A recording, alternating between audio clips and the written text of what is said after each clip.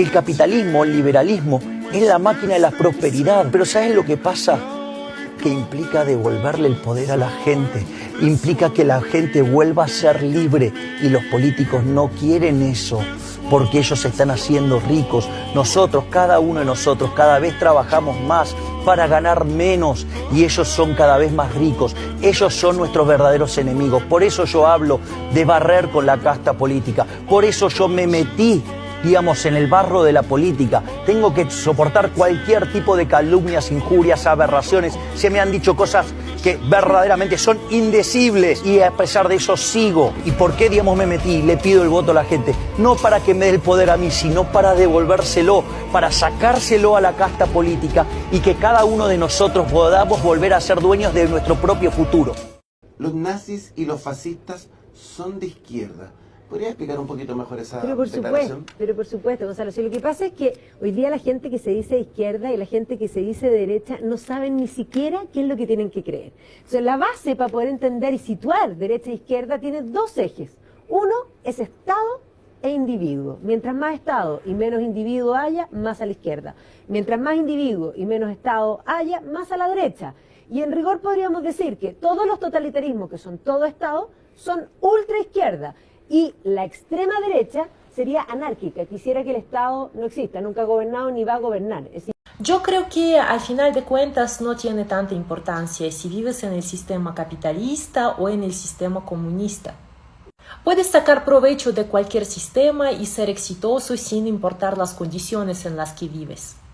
Porque cualquier sistema tiene sus pros y sus contras. Pero sí tienes toda la razón, muchísima gente en los años 90 extrañaba el sistema soviético y lo siguen extrañando. Ningún otro sistema económico ha sacado a tanta gente de la pobreza como el capitalismo. Y por tanto, los más interesados en que haya capitalismo son los pobres, no los ricos. Me parece un dato irrelevante, pero vengo de familia obrera. Yo no he tenido propiedades ni he tenido nada. Y de ahí te contesto a la segunda. Una persona puede empezar sin nada, yo empecé sin nada, tampoco es que tenga ahora mucho, pero puedes empezar a ahorrar con lo que ganas y puedes empezar a capitalizarte, puedes empezar a amasar un patrimonio. O plantéate simplemente, ¿cuántos de los ultra ricos de hoy, según la lista Forbes, estaban hace 30 años, o estaban hace 20 años, o estaban sus familias? Prácticamente todos los ricos de la primera lista Forbes, año 1987, han perdido desde entonces más del 50% de su patrimonio. Y ya no están entre los 10 primeros, ni siquiera entre los 1000 primeros. En cambio, no sé, ¿qué ultrafortuna tenían los fundadores de Google? ¿Qué ultrafortuna tenía Zuckerberg? No digo que fueran pobres de toda pobreza, pero desde luego no eran ultra ricos. ¿Cómo es posible que Facebook le plantara cara a Google? ¿Cómo es posible que Microsoft le plantara cara a IBM? ¿Cómo es posible? Pues porque realmente el valor no está en la acumulación física y automática. Tú puedes ser la mayor empresa del mundo en fotografía, puedes ser Kodak y al cabo de los años quebrar si no atiendes las necesidades concretas de las personas. El perverso mecanismo del FMI. Le presta dólares a los gobiernos para que paguen deudas usurarias y fraudulentas. Generan una bola de nieve de deuda para pagar deuda que termina siendo impagable, lo que obliga a renegociarla una y otra vez.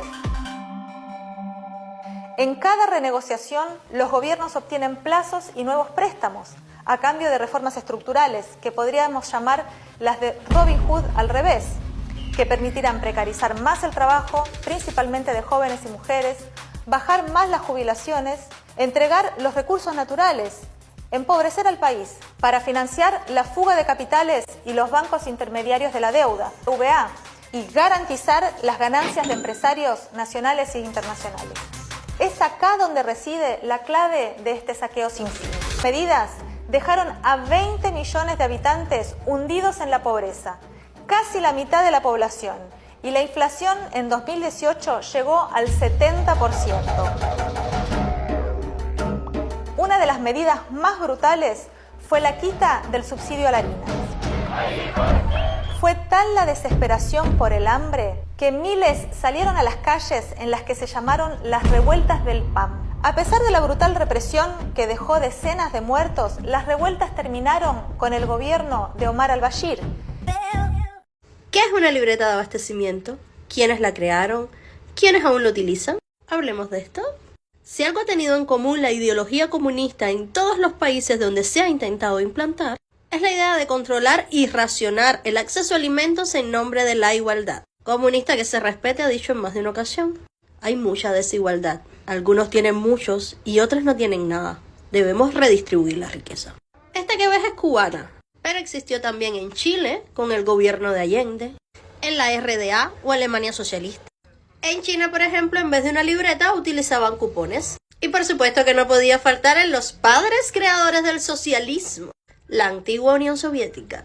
Según cuenta la leyenda que el primer país en implementar este sistema fue la antigua Unión Soviética, en el 1917 con la revolución bolchevique. ¿No es cierto? El tema es que con el paso del tiempo sucede lo inevitable. Es mucho más fácil igualar para abajo que para arriba. Y te pongo de ejemplo concreto Cuba para que se entienda.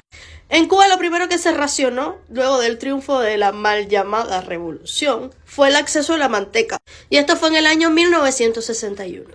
Al año siguiente, el 12 de marzo de 1962, Fidel Castro, que como todos los comunistas disfrutaba gobernar por decreto, estableció un decreto donde se fijaba la libreta de abastecimiento para controlar el acceso a los alimentos. Y luego lo extendió a productos textiles como ropa, productos industriales como gas licuado, los juguetes de los niños, los puros y hasta las toallas íntimas. Por toallas íntimas me refiero a las toallas sanitarias que ocupamos las mujeres cuando estamos en esos días. Entre paréntesis, Venezuela nos copió este sistema y terminó pasando lo mismo, igualdad hacia abajo.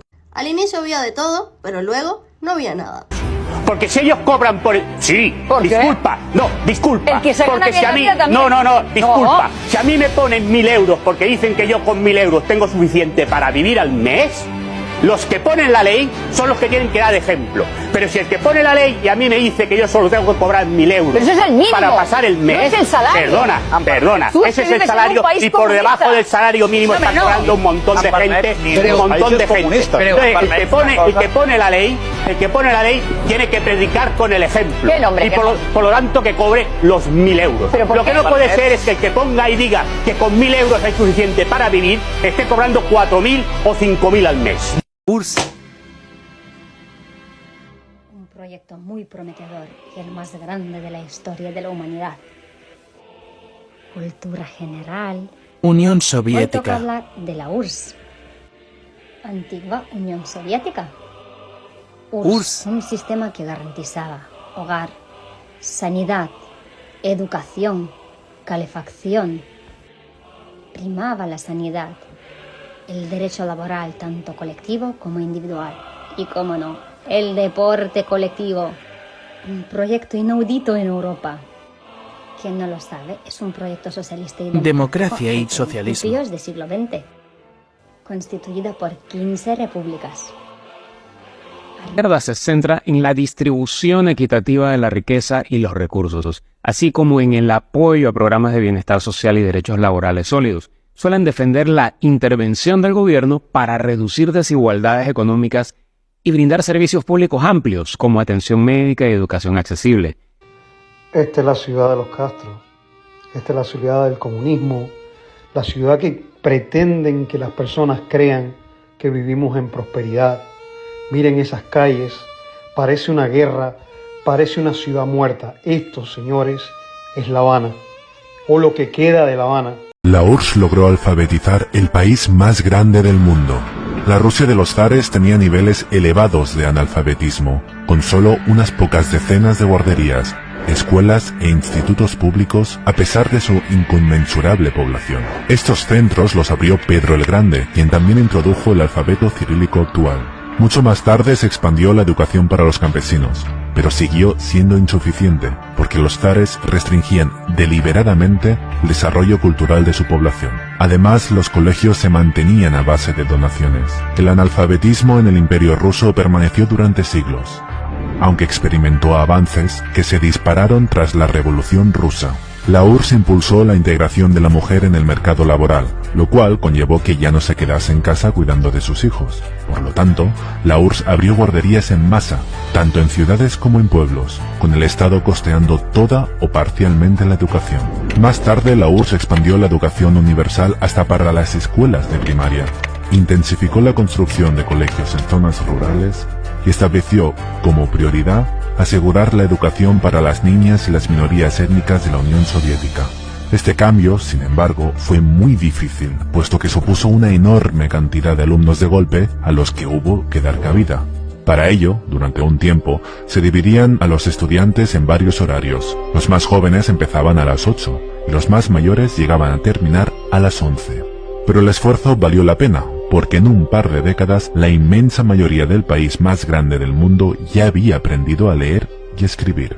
Mientras el Imperio ruso era mayoritariamente agrario, la Unión Soviética se industrializó, lo cual requirió de nuevos especialistas, por lo que la industrialización de la URSS contribuyó a la aparición de muchas más universidades. Además, en las facultades no solamente se impartían conocimientos teóricos, sino también prácticos. En verano, los estudiantes participaban en obras relevantes para la economía soviética. Aparte del pragmatismo, se buscaba inculcar una ética de trabajo en los alumnos. Así, el éxito del sistema educativo soviético se debió a 4 factores clave. El analfabetismo había sido prácticamente erradicado, pero lejos de conformarse con eso, la URSS decidió invertir entonces en la educación superior, incluso a pesar de la muerte y la destrucción que había dejado la invasión nazi y los consecuentes costes de reconstrucción. Durante la Guerra Fría, debido a la carrera espacial y armamentística nuclear, la Unión Soviética dio especial importancia a las ciencias exactas, como las matemáticas, abriendo centros educativos específicos sobre estas materias. Las universidades soviéticas se abrieron a estudiantes de Latinoamérica, Asia y África. Muchos de los que estudiaron ahí regresaron a sus países, y muchos otros se quedaron a vivir en la URSS y crearon una familia. Mientras, el nivel de alfabetización de la URSS llegó a su máximo histórico, y se mantuvo así hasta el final. Muchos soviéticos ganaron el premio Nobel o entraron a la historia no solo de la URSS, sino también del mundo, como el científico que envió al primer hombre al espacio y el creador de la primera bomba atómica para la URSS, tan solo 4 años después de que lo hiciera Estados Unidos, en el marco de un programa nuclear que siguió desarrollándose hasta el punto de que, tras su disolución, Rusia siguió siendo el país con más ojivas nucleares del mundo. Y ahora vamos a preguntarles a los que sí saben de esto, los cubanos. Soy Luis Alberto Mariño, soy violinista cubano y estoy aquí dando la pelea por la libertad de Cuba y por la libertad de Argentina también. ¿Qué te pasa por la cabeza o qué le dirías a los comunistas que están enfrente, que son argentinos, que te quieren explicar a vos, cubano, cómo se vive en tu país y qué es lo que está pasando en tu país sin haber pisado Cuba nunca? Primeramente que son unos cínicos, que no tienen ningún tipo de consecuencia con su pensamiento, porque ni siquiera desde el marxismo se puede defender ese desastre, porque lo único que hacen es defender banderas, mitos, nada que sea real, y además apoyan a una dictadura que no permitiría jamás que ningún partido, ni sindicato, ni movimiento social surja, porque no ha existido nunca. Le diría que son unos caraduras y unos sinvergüenza y unos cínicos. Vos lo viviste desde adentro por dos, porque vos no solamente sos cubano, sino que creíste en el sueño de la revolución, digamos, fuiste en algún momento parte de la revolución por un sueño, por tus ideales, y te diste cuenta de que eso estaba derivando efectivamente en una dictadura. Ojo, no, ya cuando Lech Walesa en Polonia, cuando Gorbachov, y ante verlo tengo el sueño de cambio en Cuba. Ya sabíamos, en la década del 80 empezamos a darnos cuenta de que había que cambiar. Cuando la gente se fue por el Mariel, cuando a la gente los vituperiaron y los golpearon, ahí empezamos a darnos cuenta que no daba la lista con el billete. ¿Qué le dirías a los que están enfrente, a los comunistas que están diciendo que, bueno, que son argentinos, que te quieren explicar a vos cómo se vive en tu país? Y encima dicen que si vos protestás porque te financia la CIA, porque te financian las embajadas de Estados Unidos. Pero recién estuviste allá, ¿viste que un cubano del lado allá? Ninguno. A las evidencias me remito, los cubanos están del lado de acá, los cubanos saben lo que pasamos en Cuba. Realmente, cuando llegamos acá a tierras de libertad, que nos valemos de los derechos conquistados por los argentinos, de poder estar en la calle y manifestar, esto en Cuba no podemos hacerlo. En Cuba te desaparecen, en Cuba estás un mes preso, en Cuba pierdes los dientes, en Cuba te ponen una celda de unos 50 con el piso mojado, no te dan comida a deshoras, te dejan la luz encendida, no sabe cuándo es de día, cuándo es de noche, y las torturas psicológicas realmente la gente se quebranta. Vivir en Cuba, yo le digo a aquellos que están al frente, es realmente una odisea. Un compatriota tuyo decía que la realidad se resumía en este escenario.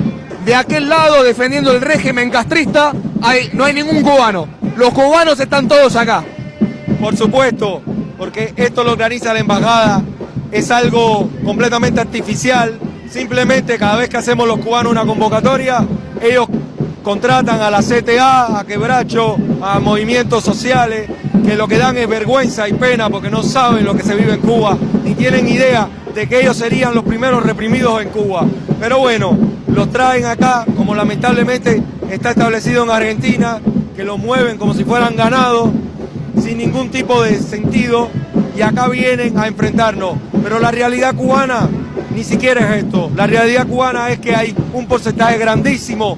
Todos queremos la libertad y el cambio, y por eso lo vamos a conseguir más temprano que tarde. ¿Por qué la gente ahora ya no quiere votar por la izquierda?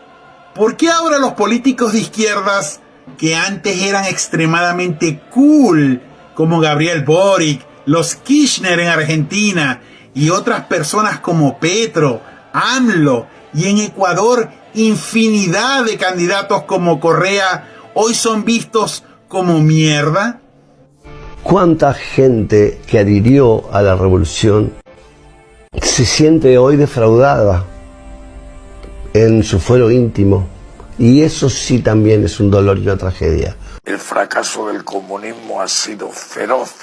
Así que soy facho, decime por qué. No tienen ni la más puta idea que es ser facho, pero como repiten, les enseñan a ustedes que hay que odiar a los ricos, pero ellos son ricos. Odian a los milicos, pero aman a Perón. Odian la dictadura y bancan a Maduro. Odian que tengas inmueble y tengas plata, tienen 200 inmuebles. Odian que te vayas de vacación a otro país y ellos de vacaciones en Estados Unidos. Los fachos son ustedes, hijo de puta. ¿Qué me dicen a mí facho? Ustedes son fachos. ¿En qué cabeza cabe que vos tengas que seguir a un tipo que hace todo lo contrario que te dice que vos tenés que decir?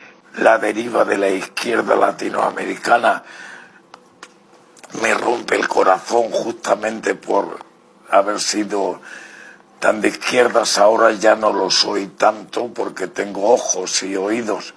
Basta de echarle la culpa al bloqueo norteamericano, hay que buscar otras formas, unas maneras más inteligentes para que no siga muriendo gente de hambre, ni en el mar, ni de ninguna manera. Entonces a veces hay sistemas que fracasan. De todas las revoluciones del siglo XX, todas fracasaron estrepitosamente. No vale la pena una sola vida humana para que nadie sostenga una idea en favor de su propia vanidad. ¿Por qué todos esos políticos revolucionarios de izquierda progresista que venían a cambiarlo todo en Latinoamérica y el mundo, hoy ya no son cool, sino que son vistos como delincuentes, terroristas y sobre todo, ladrones? ¿Por qué la gente antes se sentía identificada con esta corriente izquierdista, marxista, progresista, de inclusión, y hoy están viendo la cosa desde un punto de vista como mierda? ¿Por qué yo voté por esos hijos de puta? Es muy simple. La gente se ha dado cuenta que toda la corriente de izquierda, progresista, socialista, marxista, comunista y todo lo que está de ese lado del espectro político son simplemente ladrones, terroristas, charlatanes que inventaron un cuento muy bueno, por cierto, donde le dicen a la gente que los van a sacar de la pobreza, pero en realidad ellos lo que buscan es mantenerte pobre para ellos ser ese benefactor que te da una limosna, que te da un pedazo de pan para que siempre estés de rodillas ante ellos. Yo personalmente nunca viví en la Unión Soviética, ya en mi edad consciente era Rusia, pero mi mamá y mi abuela me contaban muchas cosas sobre ese periodo de nuestra historia. Mi mamá, por ejemplo, me sigue diciendo que era el mejor régimen de todos, porque según ella era totalmente gratis la educación, la medicina, el gobierno cuidaba a sus ciudadanos, les daba trabajo. Por cierto, no trabajar en la Unión Soviética era ilegal, entonces todos trabajaban. Y no había esos problemas tipo no sé cómo ganarme la vida. Pero yo creo que eso no es lo que realmente extraña a la gente. No es eso, porque todavía puedes estudiar gratis si pasaste bien los exámenes. Todavía nuestra medicina es muy buena y relativamente barata. Lo que la gente de verdad extraña era la ideología. La propaganda de la Unión Soviética era de muy alta calidad, entonces cualquier persona sabía cuál es el sentido de su vida. La gente en la Unión Soviética tenía plan de vida, sabían qué es lo que quieren lograr, a dónde quieren llegar. Y para el bienestar es muy importante. Después, cuando se derrumbó la Unión Soviética, se te abrían todos los caminos, pero ya nadie te cuidaba, tú te tenías que responsabilizar por tu vida. Aparte, como que se debilitó el control de parte del gobierno, hubo muchísima delincuencia en los años 90. La gente sentía mucha inseguridad y no sabían qué hacer con su vida, con esta libertad que les dieron. El sistema capitalista es muy desigual. Los ricos son muy ricos, los pobres son muy pobres. Solo hay un puñado así de gente que tienen la mayor parte del dinero del planeta.